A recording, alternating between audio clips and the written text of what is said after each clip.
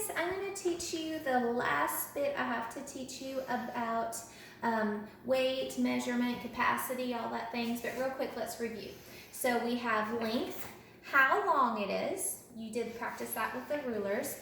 We did capacity, how much it holds, cups, pints, quarts, gallons, and then also the milliliters, the eyedropper, and the liters. And now we're going to be talking about weight. This is what your packet looks like this week. And this is a picture of my poster that was up in the classroom. The left side is customary. Remember, that's what we use in the United States. And there's a couple other countries that use it too.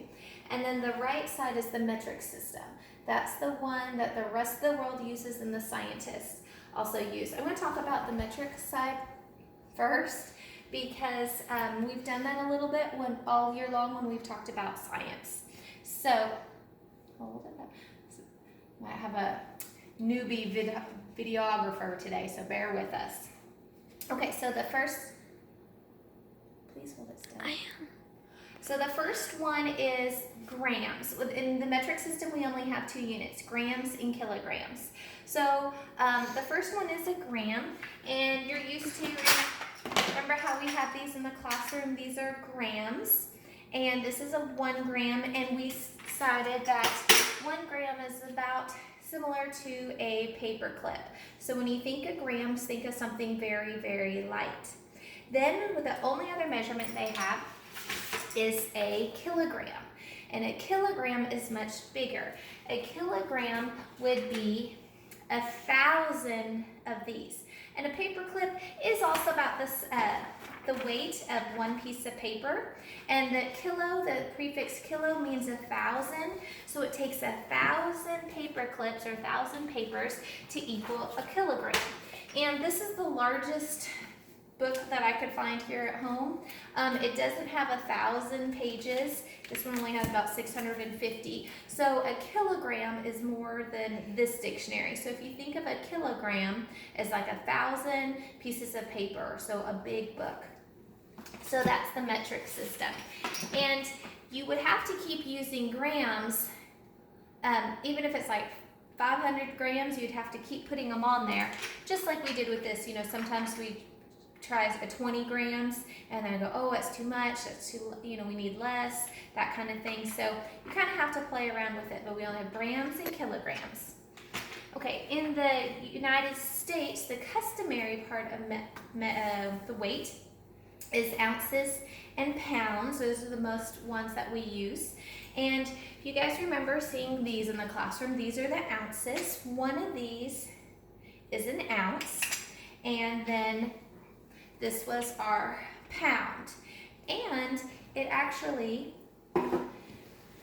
this is about equal to 1 piece of bread. So I don't want to take this out right now because I've been touching all the other stuff, so I don't want to touch my food. But 1 piece of bread is equal about to an ounce. And a pound is about equal to a loaf of bread. And the really cool fact that I learned this just a couple of years ago is that most loaves of bread have 16 pieces. And if you look at your ounces, there's 1, 2, 3, 4. Anyway, there's 16 ounces equals a pound. And which I thought was pretty cool. 1 slice of bread is an ounce, and most loaves of bread have 16 pieces in it. And so 16 pieces of bread equals a loaf, and a loaf is a pound. So I thought that was a kind of neat little representation in real life. Okay, so that's kind of what measurement. Now down at the bottom of this page, if you look at it, it says to ask your child if you wanted to weigh a backpack full of books, what would you use? So these are the type of questions we would be doing in class. It's not actually figuring out, oh, how much does that backpack weigh? Say, oh, okay, if I had a backpack, what unit of measurement would I use? Would I use inches? Okay, inches are about, remember, the length of our knuckle. Inches, now why would I use inches, a measurement to find the weight of a backpack? We wouldn't use that. Pounds, would we use pounds to weigh our backpack? Yeah, pounds is a weight. What about feet? Okay, 12 inches at the foot, a ruler. Foot, would we use a ruler to weigh our backpack? That doesn't make sense, does it? And then cups. Would we use a measuring cup to weigh our backpack?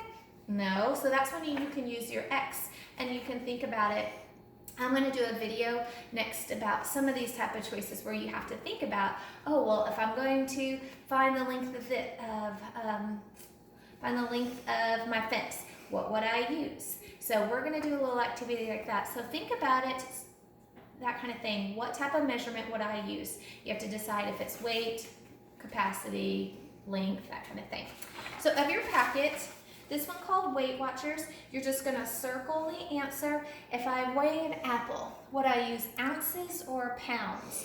Okay, well think about an ounce, or your piece of bread, would I use ounces or a pound? Now think of apple, what would that be closer to? It would be closer to ounces. One apple would be closer to ounces. Not just a ounce, if it goes, it could be like 3 ounces or something like that. A pound would be way too much. If you decide, oh, that's too much, then you have to pick the smaller answer. Okay? And then the next page you have to choose from is the kilograms and grams.